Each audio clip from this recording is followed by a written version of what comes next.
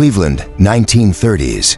The Great Depression gripped the city like a vice, leaving its inhabitants struggling for survival amid a backdrop of despair. But as the sun dipped below the horizon, something far more sinister emerged from the shadows. A killer who left only pieces of his victims behind. They called him the Cleveland Torso Murderer.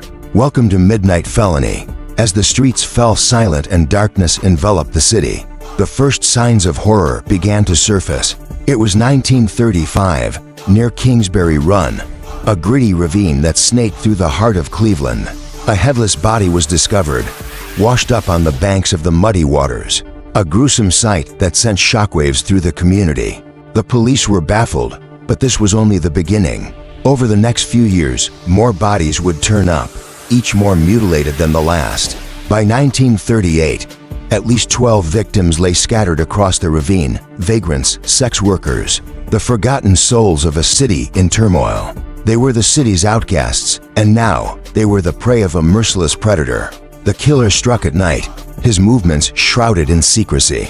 He dumped body parts in ditches, beneath bridges, even near the serene grounds of a cemetery, taunting authorities with his precision and ruthlessness. He was always gone before dawn, leaving behind only horror and confusion. In the darkness, he slipped through the cracks of law and order, a phantom who haunted the city and its people. The local authorities struggled to piece together the puzzle, but the killer's method was chillingly calculated. Never a fingerprint, never a witness, just whispers of terror in the night. Enter Elliot Ness, the legendary untouchable who had taken on the corrupt underbelly of Chicago. Now, he found himself in Cleveland as the city's safety director, charged with solving a case that baffled even the most seasoned detectives. Ness was determined to bring the Torso Murderer to justice, but as the investigation unfolded, he found himself confronting a nightmare. The killer was clean, no fingerprints, no sign of struggle, just missing bodies and mutilated remains that painted a picture of a man consumed by darkness. One name surfaced repeatedly during the investigation: Dr. Francis Sweeney, a surgeon with a reputation that teetered on the edge of madness. Known for his drinking problems and erratic behavior, Sweeney became the prime suspect. His connection to the victims raised eyebrows, and when he failed a polygraph test, it seemed like the case was finally about to crack wide open. But despite the evidence, Sweeney walked free, a ghost in his own right. The night had hidden the clues, washing away the blood and erasing trails, leaving the detectives grasping at straws. In desperation, Ness resorted to extreme measures, burning down shantytowns in hopes of flushing Sweeney out. The flames flickered in the night, illuminating the grim reality of poverty and fear that gripped the city. And yet, even as the smoke cleared and the ashes settled, the murders did not cease, at least not immediately. The killer remained elusive, slipping further into the shadows, leaving behind a trail of terror that haunted Cleveland. As the investigation stagnated, several theories emerged, each more chilling than the last.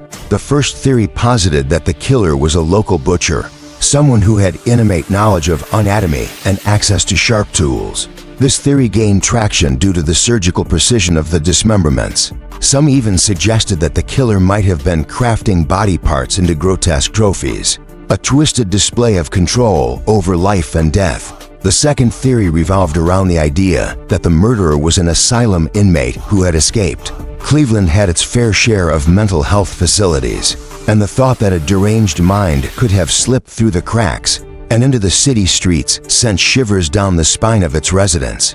This theory gained credibility when a series of strange sightings began to emerge from those living near Kingsbury Run, claiming they had seen a disheveled figure lurking in the shadows, muttering incoherently.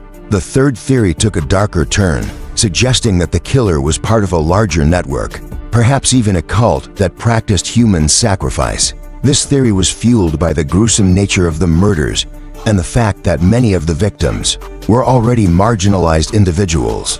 The idea that there was a group operating in the shadows, orchestrating these horrific acts, ignited fear throughout the community.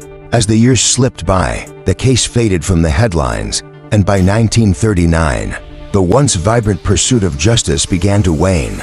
The onset of World War II shifted the focus of the nation, and the fear that once gripped Cleveland became a distant memory. But the legacy of the Torso murders lingered on, a dark specter that hovered over the city, reminding its residents of the horrors that lurked in the night.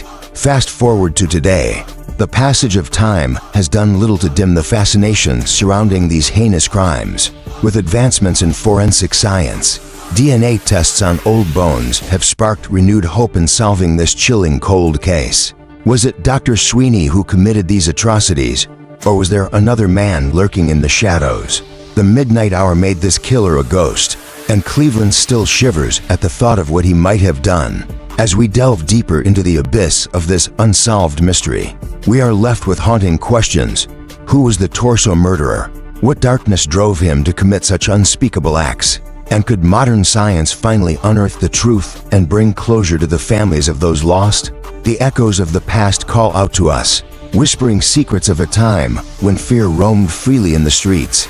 Join us as we explore the chilling tale of the Cleveland Torso murderer, a story that intertwines the horrors of the past with the hope of the present.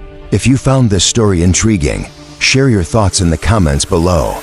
And don't forget to subscribe for more dark tales that keep you on the edge of your seat. Hit that notification bell to stay updated on our latest episodes. This is Midnight Felony, where the shadows unveil the mysteries that linger in the night.